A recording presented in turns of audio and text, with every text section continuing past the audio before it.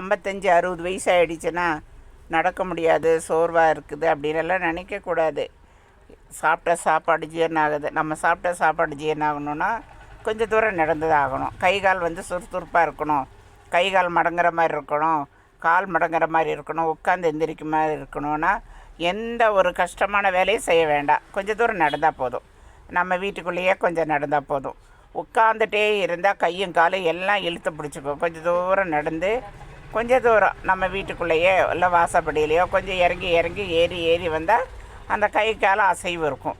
இப்போ பாருங்கள், வேலைக்கு போய் காசு எடுத்துகிட்டு வந்தால் தான் சாப்பிட முடியும்னு நினைக்கிறவங்க எந்த வயசில் வேலைக்கு போகிறாங்க.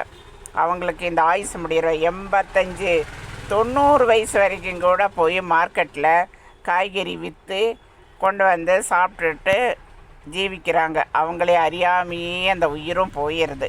எவ்வளவோ பேரை நான் பார்த்துருக்கேன். தான் போய் வேலைக்கு போய் எடுத்துகிட்டு வந்து சாப்பிட்டாதான் உண்டுன்றவங்க அந்த மாதிரி வாழ்ந்து தன்னை அறியாமையே ஒரு நாள் 2 நாள் படுத்த படுக்கையிலேயே படுத்து அப்படியே போய் சேர்ந்துடுறாங்க. யாரும் அவங்கள ஐயோ இவங்களுக்கு இவ்வளோ வயசாச்சே பார்க்கணுன்ற நிலமை வைக்காமல் அவங்களே போய் சேர்ந்துடுறாங்க. அதுபோல் கை கால் எப்போவும் நமக்கு அசைவாக இருக்கணும், நமக்கு அப்படி அந்தந்த இடத்துல பிடிக்கக்கூடாதுன்னு நினைக்கிறவங்க கொஞ்சம் தூரம் நடக்கலாம். கொஞ்சம் தூரம் ரொம்ப தூரம் நடக்கக்கூடாது. கொஞ்சம் நம்ம வீட்டுக்குள்ளேயோ வாசப்படிக்குள்ளேயோ கொஞ்சம் நடந்தோ ஏரியோ உட்காந்தா நமக்கு அந்த கை கால் கொஞ்சம் நல்லா சுறுசுறுப்பாக இருக்கும். நம்ம கை பிடிக்காது, கால் பிடிக்காது, ஒன்றும் இருக்காது. 4 பேர்த்த பார்க்கணும், 4 பேர்த்துக்கிட்ட பேசணும். அப்போ தான் நம்ம இவ்வளோ சாப்பிட்டா கூட உட்கார்ந்த இடத்துலையே இவ்வளோ சாப்பிட்டோம்னா ஜீரணமாகாது. கொஞ்சம் வீட்டுக்கு வாசப்படிக்காவது நடக்கணும். நமக்கு இந்த மண்ணில் இருந்து பிடிப்பு விடுற வரைக்கும் கொஞ்சம் சுறுசுறுப்பாக நடந்து தான் ஆகணும். அது மட்டும் இல்லை, ஓய்வு கேட்கும்போது கொஞ்சம் படுத்து தூங்கி எந்திரிக்கணும்.